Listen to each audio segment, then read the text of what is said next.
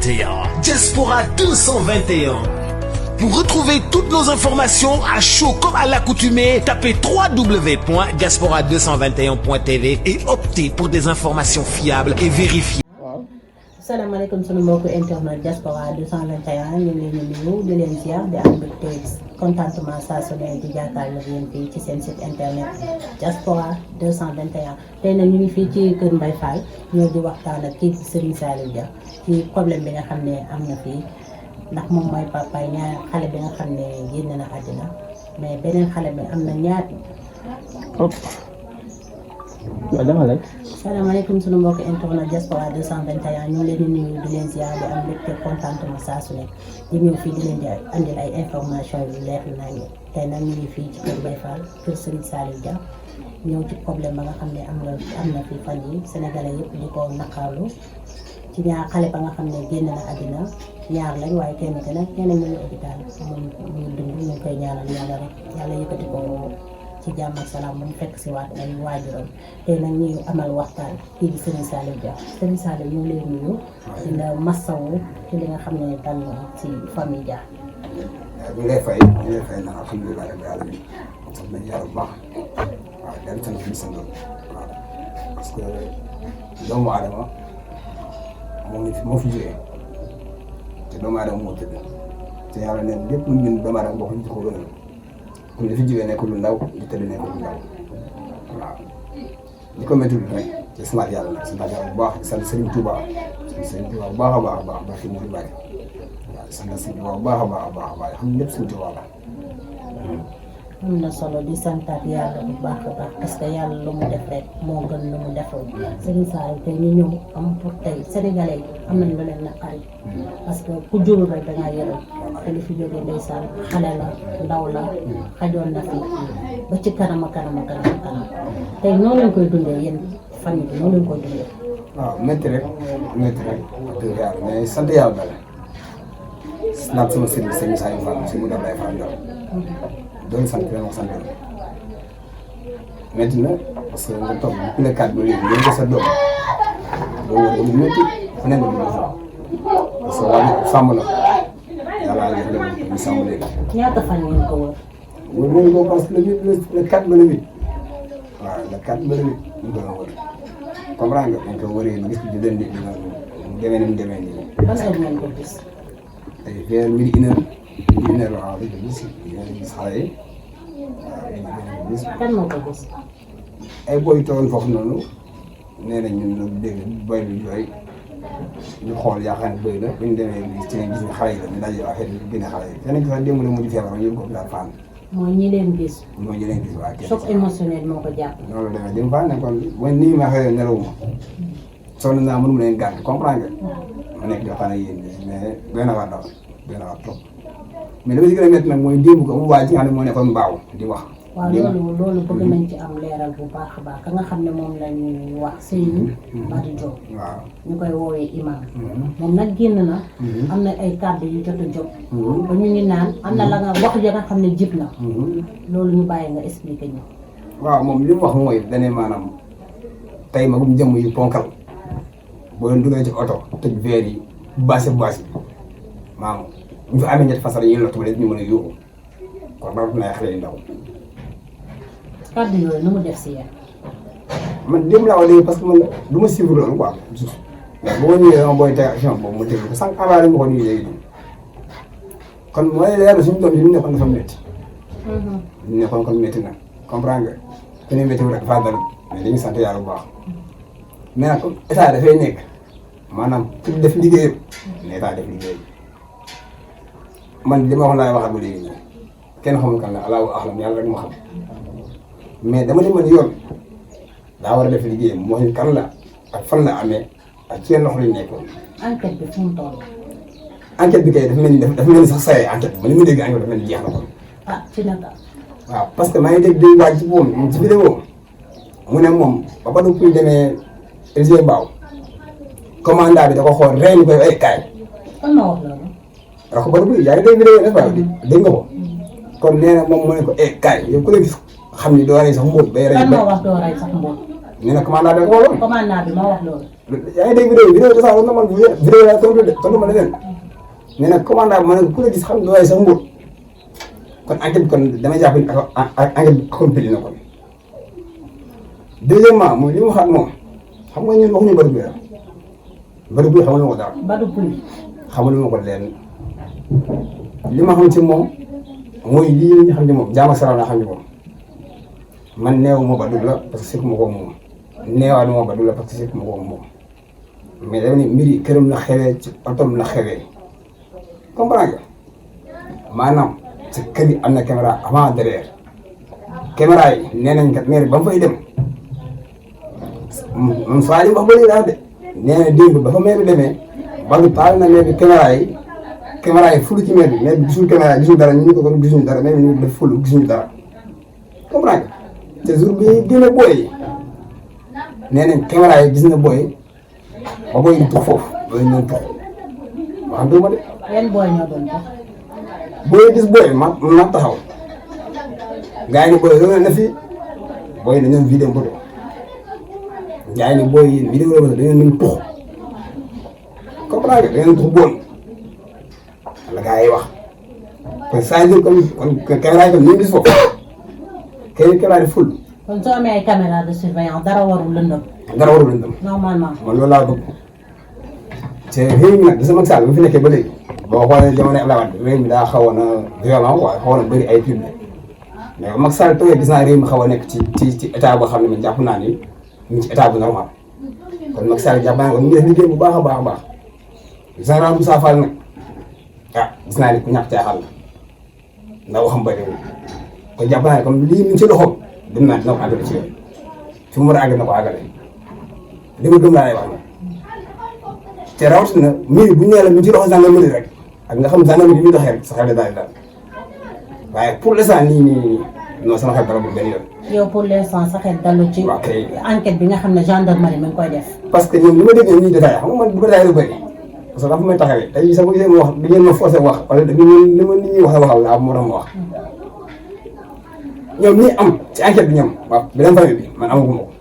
beneen famille ban. comme famille Badou Pouye li ma déggee dégg wax am nañu ko ñoom man amaguma ko. waaw xanaa Badou Pouye dafa am doole ci dëkk bi. amul doole parce que gis nga li mu bëri amul doole dama lay dara bu nga dégg amul doole de xam nga amul doole mooy àdduna am ñuy doxee li ñu doxee nag mooy doole bi mais li ñu xanaa xatu doylu kan suñu kaw na laay xanaa jeex ñun doylu am bu ñu jeex la nekk ci ñun kon jàpp naa ne ma ëpp ñu doole parce que li gars yi xeebu sa noos kenn dàqaloo noos laaj ko cat bi cat na musuma dimbali ba musuma am problème de dépense man gisuma am problème de dépense gisuma am seen bi nekk yeneen problème yi. yéen ñaar ay dëkkandoo ngeen. ay dëkkandoo lañ mais laaj ko nag musuma jàppale ci lenn wala musuma gis ma nekk ci lenn lu ñàkk fayda li ma dund mooy xanaatu doylu kenn ñun comme laay xam du jeex doylu am bu dul jeex la. mais Badou Pouye moom est-ce que ñëw na ci kër gi. jox la ay explication. non man ba loolu amee ci guddi gi. gars yi yaa dem kër ne nañu xam ma saccagé ko fekk sax lu nekk ma fi fekk ma ñuy saccagé kër ba ma koy yéegee ñëw ba ma ñëwee tëdd si suuf laa xëy dem këram ma sawu ko liñ ci la xew. ña ñoo jot a saccagé këram. xaw ma parce que nee naa la fekkee ko ku xam bu gis ni mu demee xam ne ñun amuñu temps wu saccagé kër ah ñun ñi xam ne ñoo am problème ñun ñi am problème amuñu temps wu saccagé kër li ñu am doy nañ si soxla. danañ sëkk problème parce que tey kuy lijjanti mbirum yoon yaakaar naa doo yàq kenn fajal sa bopp. dëgg la kenn du fajal sa bopp Serigne Saliou kon ni nga ko waxee. mais tey bëgg naa xam sénégalais bëgg nañ xam enquête bi fan la toll yéen jot ngeen corps jot ngeen autopsie bi lan la wax. waaw gars yi ñun jël nañ ko denc nañ ko autopsie bi mën naa la li mu wax. certificat agent de mort bi gis naa ko. kon jeex na kon loolu rek dina na fi. mais lu mu wax dama bëgg yow nga leeral Sénégalais. maanaam dañuy xale bi yaram bi commencé woon a yàqu moo tax mënuñu ñoo am benn maanaam résultat bu dee si xale bi comprendre nga ci jàpp naa ne nag yoon ak xarañam ak général Moussa Fall ñàkk caaxaanam Macky Sall su nànkee moom mosuma gis mu nànk bàyyi ay mu nànkee dagg. est-ce que yow sa xel dal na ci loolu. dal na ci parce que Macky Sall mosoo gis mu reculer arrière. maanaam autopsie bi nga xam ne war nañ la ko. est-ce que famille bi seen xel dal na ci autopsie bi nga xam ne certificat de gendarmerie bi moom la génnee. bu ci daloon du ma wax ak yow ñàkk cee dal moo tax ma wax ak yow pour bëgg état bi ci kaw ñu yéeg ko xam ne ki dem bay wax amul loo neex jàpp nañ ni ñun bu ñu waxee dina faju moo tax ñuy wax bu dul woon état bi Macky Sall na ma tànk bi ma taxal noonu barki Modou Mbacké kon ci nee nañ nga fay mais nag daa am na ma tànk ñu yaakaar nga wëru ko moo tax ñu nekk di waxtaan ak moom nii ci moom di ko expliqué comme moom mooy kilifa bi te ci njaboot gañ bokk dañ ko war a expliqué ni mu demee ñu ko ñun de kilifa gi ñun ñu lay gis moom nag après nag moom dina téye liggéeyam ñu xam ni ñu koy liggéeyee parce que ñun ñu wàllu woowu lu ñu wàllu yëg mooy njabootu Macky Sall yi kat tey jii ñu am jafe-jafe bii parce que mooy suñu kilifa te nomba tànk la daf ñu am kilifa général Moussa Fall nomba tànk la ñu am kilifa mais gis nga leen si ni ñuy doxee ci ñàkk caaxaan ma yaakaar ne bu ñu tegee mbir seen loxo dina leer ñeen di wax ni carrément kat njaboot bi kat am na la seen kaw léegi lii moo la seen kaw ñi bàyyi yoon def liggéeyam waaye ñoom xam nañu ni carrément bu ñu gisee ñu leen di woo c'est parce que nomba tànk bi ñu taxal ba ñu leen di woo bu dee woon nomba tànk bi seen réew mi amul yoon kon instant nii lii tëdd day bari. kon yow su ma déggee ngay wax te yaa ngi xaar état bi ñoom it ñu def seen wàll ci li nga xam ne jot na am. état moo ngi xaar sa nguur état yaa juddu fekk ko fi. mais balaa état est-ce que yoon dëgg yoon warul mën a def liggéeyam balaa état di ci jot parce que ñoom loolu moo tax ne askan bi teg leen fi. waaw man jàpp naa ne bu ñu nee état mooy yow bu ñu waxee état rek maanaam mooy yow. maanaam man nga dëkk bi tey yoon hiérarchie lay doxee. hiérarchie lay doxee. balaa ñuy dem ba ci général bi. tey commandant bi wala adjudant bi ñoom dinañ daal di matal seen enquête ba mu mat. mais général Moussa Fall la de lii am na mu ngi yëngu te li am na ñu ko yëg àddina yëpp ñu ngi ko yëg te boo déggee général mooy kii def liggéeyam ki nga xam ne moo dajale lépp ki dajale lépp kay mu dañoo xam lépp. mais est-ce que autorité yi nga xam ne ñoo wër Kër Mbaye Fall. autorité est-ce que am na ñi nga xam ne jot nañoo ñëw ci yow. man gisuma benn autorité man gisuma kenn dégguma kenn. ak cas bi ni mu grawee nii yëpp. ba bakkan rot ci. te ku dem xale bu ndaw la. gisuma benn autorité man te yaakaar moom benn autorité man nee naa leen maa ngi sant yàlla waa ji moom ndimbal waa ji moom leen rek parce que maa ngi yor sama kër boobu ba léegi gis ñu moo dégg ci yenn détails yi li ma war a def maa ngi koy def boobu ba léegi kenn mosuma dégg ci lenn aw ma problème mu dépense carte na yàlla bu baaxam aw ma problème mu lenn suñu borom mi ngi suuraal taay ba sëriñ saa yi la mais lenn la ñaan état mooy li mu war a topp muy yoon na ko topp lii nga xam ni ba xam ne da jógee keneen nga ci gën dina dee daal di état na ko topp boobu ba léegi ñu ngi dem ci ay maara dugg fu nekk. ña ñooy dem ci maara. man yebe naa Casamance yebe naa fu nekk Guinée dinaa fa yebe naa fu nekk dinaa Touba fu nekk yebe naa fa lu nekk dinaa ko ci xaalis. lu tax te amuma état ñaanuma état kon suñu borom mi ngi kattanal te kenn mu sa dégg mu onk wala mu ñëw parce que dañaa liggéey caaxaan dañaa liggéey kon nee naa la problème mu xaalis amu fi problème manqué moyen amu fi. yéen justice la ngeen bëgg. problème bi am mooy justice lañ soxla ñun justice lañ soxla lii problème bi tey jii suñu doom génn na fi génn àdduna kenn fi ñu hôpital boobu ba léegi amul ordonnance bi ñu jël ordonnance boobu ba léegi. yow ki nekk hôpital yow yaay papa. waaw moom tey ban suivi la am biir hôpital. si man démb daal ànd dem naa fa ñu ne ma xaw ma ministre xaw ma lan xaw ma lan daal ñoo nañu expliqué.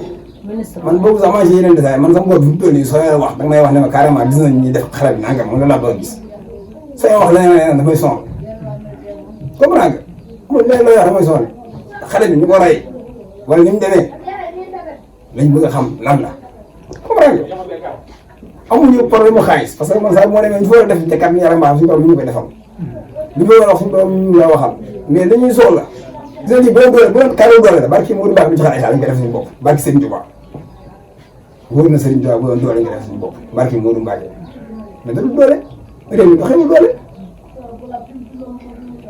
état lay doxee maanaam nga doxee ci yoon ci yoon la doxee justice noonu la réew mi di doxee mais du doole amul njëriñ maa ngi lay maanaam suñu di ko wax doole du bon kam xel mooy doole kon xel moom mooy doole te yaakaar naa ne justice moo yor xelu askan wi ndax lii war a lu lënd si xelu askan wi justice moo koy leeral te dañu ñaan yàlla justice leeral ko waaw te yàlla na ko leeral nag quoi waaw. gendarmerie li ma dégg noonu lay doxee parce que gendarmerie nag man li ma dégg ni ma ko xamee woon ak li ma dégg noonu lay doxee bu koy doxee fekkee noonu lay doxee dina leer wala ne waaw su nekkee gendarmerie noonu lay doxee dina leer ci kàttanu yàlla suñu borom ndax ni ñu koy waxee rek bakkan dafa fort. sànq maa ngi la koy wax. hôpital yéen a ngi dem mais surveillance parce que sànq dama gis. askan bi yëpp ñu ngi wax xale bi nekk ci hôpital bi. nañ ko surveiller bu baax a baax a baax a baax.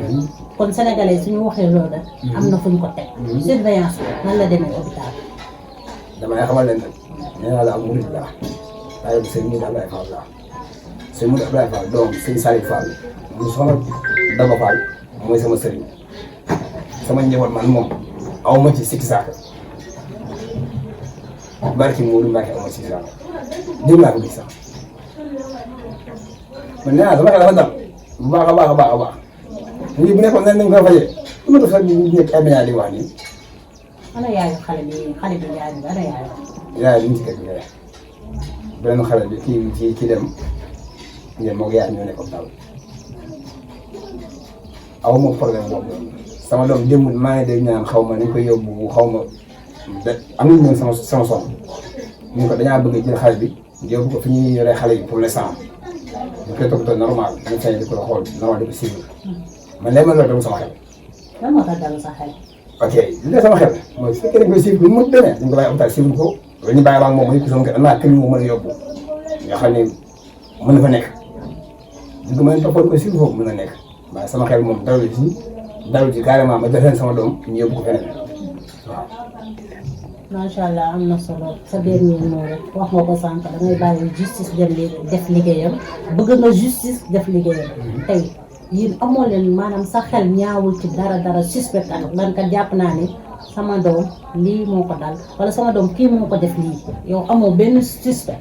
suspect numéro 1. mooy borom oto bi n'est-ce pas. suspect numéro 1 mooy borom oto bi.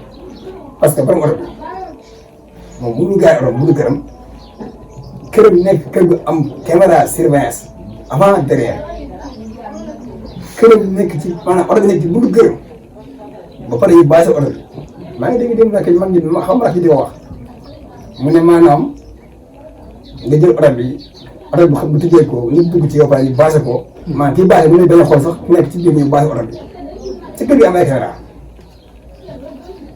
kon nag vraiment désolé quoi. yow jàpp nga ne Badou Pouye mooy suspect numéro 1 bi parce que gannaaw ci otom la amee. te ci buntu këram la amee. te buntu këram am na ay caméra surveillance te yéen liñ leen won ci vidéo yi dalul seen xel. maanaam bu doon man tey mu amee ni ci ma xam naa nag général yëgu ko loolu leer na moom xam naa général bi yëgu ko moom ndax ñàkk caax la def mais tey jii boo général yëgoon wala maanaam mu nekk loo xam ne maanaam demee na neneen kon ñu ko téye ci yoon garde à vue pour l'instant comme këram la amee otoom la amee ñu ko téye garde à vue pour l'instant. kon moom mu ngi këram. jour boobu man sama bopp maa ko gisal bu guddi comprends nga aw ma lu ma neex waaye nag damay sant yàlla xam ne lépp yoon la parce que nit ki am na xew ba pare gisaat ko dañoo xam ne yoon rek ko sañ mën nañu bàyyi mu sedd waaye tamit di wax gars yi di jàpp ci bu baax di mag Sall jàpp général Moussa Fall na ci jàpp sama commandant na ci jàpp bu baax a baax mu mbub léegi nag maa ngi dégg ñu wax ñu wax ni mbub moo xool tey ba kañ dem. kan mooy mbub. commandant mbub. commandant mbub waaw. boo déggee vidéo bii nii maa ngi dégg rakk yi naan waa ji nëbb leen armes yi ndax gendarmerie yi yow. vidéo yaakaar naa dégg nga ko wala déggoo ko. vidéo bi nag moom bu dégg naa ko waaye xam naa ne. Diaspora 221 moom suñ ko jotee dinañ am. yow bàyyi bu baax a baax. nëbb leen armes yi policiers yi yow. vidéo bàyyi nii. xam nga loolu leer na. dina jàll. ci ñun boobu Diaspora 221 kenn gisuñu yor armes kenn gisuñu yor dara. ñun boobu léegi ñun ñi xam ñoo xew la kenn gisuñu arme kenn gisuñu dara mais yaa ngi dégg ñoom ñu ne ñu bu leen arme yi policiers yaa ngi ñëw.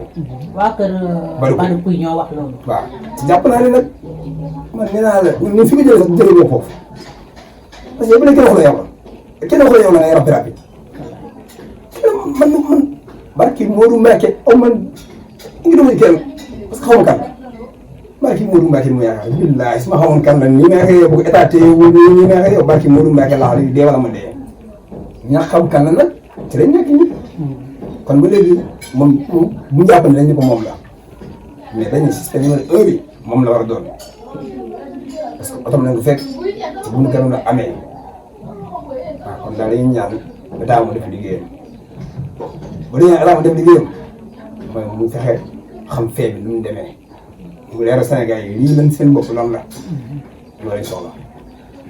jaajëfal nañu bu baax a baax Serigne Saliou ci dalal bi nga xam ne dalaloon nañu nga ñu ko fii ci Kër Mbaye Fall. ñu lay ñaanal yàlla rek yàlla may la xolu muñ. yàgg sa njaboot. bébé ba nga xam ne moom it moo tëddoo hôpital.